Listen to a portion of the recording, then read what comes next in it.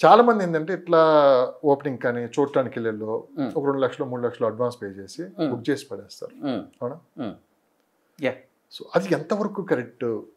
And ఒకవేళ మనం ఆ టెంప్టేషన్లో మనం పే చేసిన తర్వాత అసలు ఆ మనీ ఎన్నికి వస్తాయా? అసలు తర్వాత నచ్చలేదు అనుకుందాము, ఉమ్.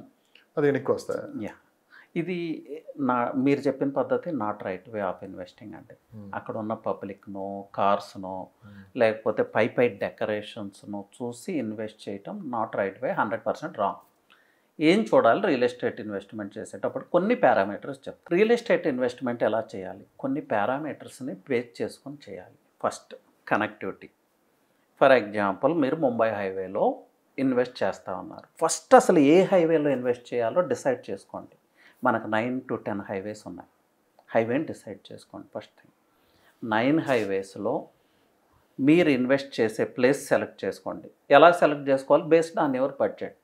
మీకు ఓఆర్ఆర్ పక్కకే కావాలని ఉంటుంది, కానీ బడ్జెట్ సపోర్ట్ చేయాలి. బడ్జెట్ సపోర్ట్ చేస్తే ఇట్స్ ఓకే. లేదు అన్నప్పుడు ఎంత దూరం ట్రావెల్ చేయొచ్చు. ఫర్ ఎగ్జాంపుల్ ఐఐటి ఉంది నందికంది ప్రాంతానికి వెళ్ళాం అనుకుందాం. ఓఆర్ఆర్ నుంచి అరౌండ్ 15 కిలోమీటర్స్ డిస్టెన్స్కి వెళ్ళాం. అక్కడ ఫస్ట్ ఆ నందికంది అనే ప్లేస్ని చెక్ చేద్దాం. మీ వెంచర్ పక్కకు పెట్టండి.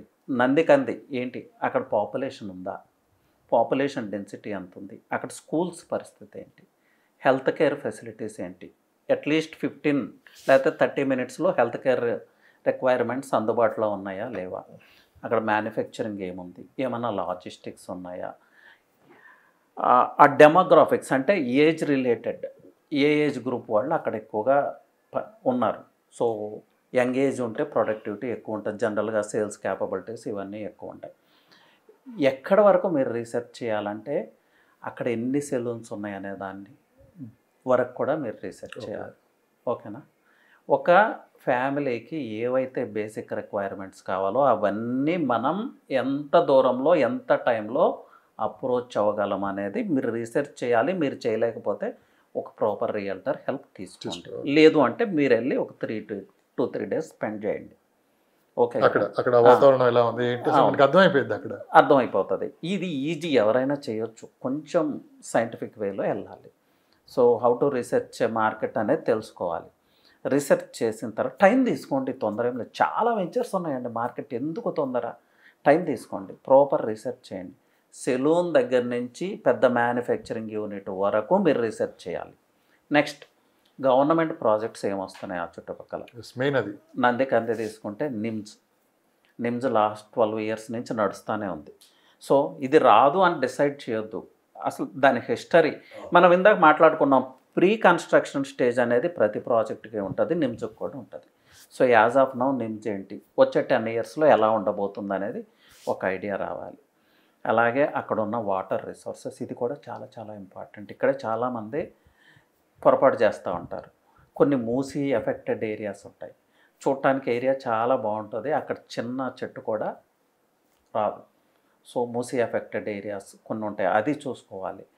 అలాగే చాలా చాలా ఇంపార్టెంట్, మన హైవేకి ప్యారలల్ హైవేస్ ఏమున్నాయి, రైట్ సైడ్ ఏ హైవే ఉంది, లెఫ్ట్ సైడ్ ఏ హైవే ఉంది, ఈ హైవేస్ ఏంటి, ఈ హైవేస్లో ఎలాంటి డెవలప్మెంట్ ఉంది, ఆ హైవేస్ నుంచి అగైన్ ఈ ముంబై హైవేకి ఈ నందికంది అనే ప్రాంతానికి కనెక్టివిటీ ఎలా ఉంది, ప్రజెంట్ కనెక్టివిటీ అండ్ ఫ్యూచర్లో రాబోతున్న కనెక్టివిటీ, అన్నిటికీ మించి మాస్టర్ ప్లాన్. ఏ జోన్లో ఉన్నాం మనం, పెరి అర్బన్ జోన్ ఏమైనా ఉందా, లేకపోతే R1 జోన్లో ఉన్నామా, మల్టీ యూజ్ జోన్లో ఉన్నామా, మన వెంచర్కి అట్లీస్ట్ 5 kilometers డిస్టెన్స్లో ఒక 4-5 హౌసెస్ అన్నీ ఉన్నాయా, 4-5 ఉన్నాయా, సెక్యూరిటీ కూడా చూసుకోవాలి కదా, సెక్యూరిటీ కూడా చూసుకోవాలి కదా. ఇవన్నీ ఇలా చెప్పుకుంటూ పోతే 1-2 hours మాట్లాడవచ్చు దీని గురించి.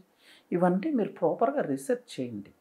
చేసిన తర్వాత వెంచర్లో ఇంటర్నల్ డెవలప్మెంట్స్ ఎప్పుడూ కూడా చాలా చాలా ఇంపార్టెంట్. నేను డెవలపర్ అండి, నేనేం చెప్తాను, మా వెంచర్లో బ్లాక్ టాప్ రోడ్స్ ఇస్తున్నా అంటాడు. అక్కడికి వెళ్తే బ్లాక్గా కనిపిస్తుంది నిజమే, కానీ స్ప్రే కొడతా పైన. చాలా వెంచర్స్ చేసేది ఇదే, జోక్ కాదు, రియల్లీ. ఒక 10 టైర్ లారీ వచ్చి 2 సార్లు ఆ వెంచర్లో రౌండ్ వేస్తే పోయే. మనం ఏమనుకుంటామంటే గవర్నమెంట్ హ్యాండ్ ఓవర్ చేస్తారు. గవర్నమెంట్ ఎప్పుడు డెవలప్ చేస్తుంది, 10 years తర్వాత డెవలప్ చేస్తుంది. అప్పటి వరకు మీ ల్యాండ్ వాల్యూ ఏమవుతుంది? సో ఎంత మైక్రో థింగ్స్ ఉన్నాయో చూడండి, ఇవన్నీ తెలుసుకోవాలి. సో రియల్ ఎస్టేట్ అనేది మీరు అనుకున్నంత వెళ్ళాము కొనేసాము వచ్చాము అనుకుంటే ఆనందపడితే సరిపోదు. నష్టపోవడం. Market has changed and corporate వైపు మూవ్ అవుతూ ఉంది మార్కెట్. సో మీరు ఎవ్రీ ఇన్ఫర్మేషన్ తీసుకోండి, ఒక ప్రాపర్ రియల్టర్ని అప్రోచ్ అవ్వండి, ఆయనకి పే చేయాల్సింది పే చేయండి, ప్రాపర్ ప్రైస్లో కొనడానికి ట్రై చేయండి. తక్కువ రావాలి అంటే దాని ఇంపాక్ట్ వేరే ఉంటుంది. నెక్స్ట్ జనరల్గా చాలామంది క్లయింట్స్ ఏమనుకుంటారంటేనండి, అబ్బా డెవలపర్ని బాగా నెగోషియేట్ చేసాం, ఆయన స్క్వీజ్ చేసాం ఏదో అనుకుంటారు. అప్పటికే డెవలపర్ మిమ్మల్ని స్క్వీజ్ చేసేసి ఉంటాడు. ఎన్ని వందల వేల మంది క్లయింట్స్ ఆయన చూస్తుంటాడు. సో ఆయన చేయాల్సింది చేసేసి ఉంటాడు. సో ఇది నేను నెగిటివ్ ప్రాస్పెక్టివ్లో లేదు, చెప్పట్లేదు. వాస్తవం. క్లయింట్స్ ఇవన్నీ తెలుసుకోవాలి. అయిపోయిన తర్వాత ఎవరో మోసం చేశారంటే నో యూస్. సో ఎగ్జాక్ట్లీ మా లాంటి వాళ్ళు ఫ్రీ సెషన్స్ కండక్ట్ చేస్తున్నాను. నేను నా ఆఫీస్లో ఫ్రీ సెషన్స్ కండక్ట్ చేస్తున్నాం. క్లయింట్స్ ఎలా ఉంటారు తెలుసా, మా ఇంటికి వచ్చి సెషన్ కండక్ట్ చేయొచ్చుగా అంటారు వీళ్ళు. సో ఇంకా తెలియట్లేదు వాల్యుబుల్ రియల్టరు లేకపోతే ఎవరో. ఇప్పుడు రియల్ ఎస్టేట్ అంటే ఎంట్రీ బ్యారియర్స్ ఏం లేదు, ఎవరో వస్తారు. వాళ్ళకి వీళ్ళకి వేరియేషన్, వీళ్ళని ఎలా ట్రీట్ చేయాలి వాళ్ళని ఎలా ట్రీట్ చేయాలనే ఆ మినిమం నాలెడ్జ్ ఇంకా క్లయింట్స్లో అవేర్నెస్ రావట్లేదు. నా ఆఫీస్కి వచ్చి నా ముందు కూర్చుంటే మీకు 2 అవర్స్ కాదు 3 అవర్స్ నేను ఎక్స్ప్లెయిన్ చేస్తాను. నాతో కూడా పని లేదు. మీరు వెళ్ళి రియల్ ఎస్టేట్ ఇన్వెస్ట్మెంట్ చేస్తే 100కి 200% సక్సెస్ అయింది. నేను చెప్పిన మెథడ్ ఫాలో అయితే ఎవరు రావాలి? నా దగ్గరికే రావాలి. నేను ఎందుకు వస్తాను? రాను కదా. అవి వేరియేషన్ తెలుసుకోండి అంటున్నాను. ఏదో ఒకరోజు హడావిడిగా చేస్తే. అవును, మీరు ఇంకో మాట అన్నారు, నష్టపోయేది ఎవరంటే ఫైనల్గా క్లయింటే. క్లయింట్. ఇప్పుడు క్లయింట్ ఒక బిల్డర్ దగ్గర లేకపోతే డెవలపర్ దగ్గర మోసపోతే బేసిక్ ఎక్కడ పోయి కంప్లైంట్ ఇస్తారు? పోలీస్ స్టేషన్కి వెళ్ళి కంప్లైంట్ ఇస్తారు, నాకు ఇట్లా నష్టం జరిగిందని చెప్పి. వేరే ఏం లేదా కంప్లైంట్ ఇవ్వడానికి? ఒక పోలీస్ స్టేషన్ అంటే రేరా చట్టాలు ఉన్నాయి మనకి రకరకాలుగా ఉన్నాయి. ఇప్పుడు రేరా ప్రొటెక్ట్ చేస్తూ ఉంది కదా క్లయింట్స్ చాలా వరకు. అంటే ఇది అవేర్నెస్ లేదు సార్. అవేర్నెస్ ఇప్పుడిప్పుడే వస్తూ ఉంది, కొంతవరకు ఉంది. రేరాకి ఇవ్వచ్చు. ఇప్పుడు రేరా అందుకే రేరా రిజిస్టర్డ్ ప్రాజెక్ట్లో మాత్రమే పర్చేజ్ చేయమని చెప్పేది. దానికోసమే రేరా రిజిస్టర్డ్ ప్రాజెక్ట్లో పర్చేజ్ చేసి రియల్ ఎస్టేట్ రిలేటెడ్ ఎలాంటి ఇన్ఫర్మేషన్ కావాలన్నా మీరు నాకు కాల్ చేయొచ్చు. నేను రవి ప్రకాష్. నా ఆఫీస్ వచ్చి హఫీస్పేట్లో ఉంటుంది. నా నెంబర్ వచ్చి 9133728888. రియల్ భూమ్ ప్రేక్షకులకి నాదొక స్పెషల్ ఆఫర్ అండి. మీరు నా త్రూ ఇన్వెస్ట్ చేయాలని ఏం లేదు. రియల్ ఎస్టేట్ సెషన్స్ నేను నా ఆఫీస్లో కండక్ట్ చేస్తాను. సో రియల్ ఎస్టేట్ సెషన్స్కి మీరు అటెండ్ అవ్వచ్చు.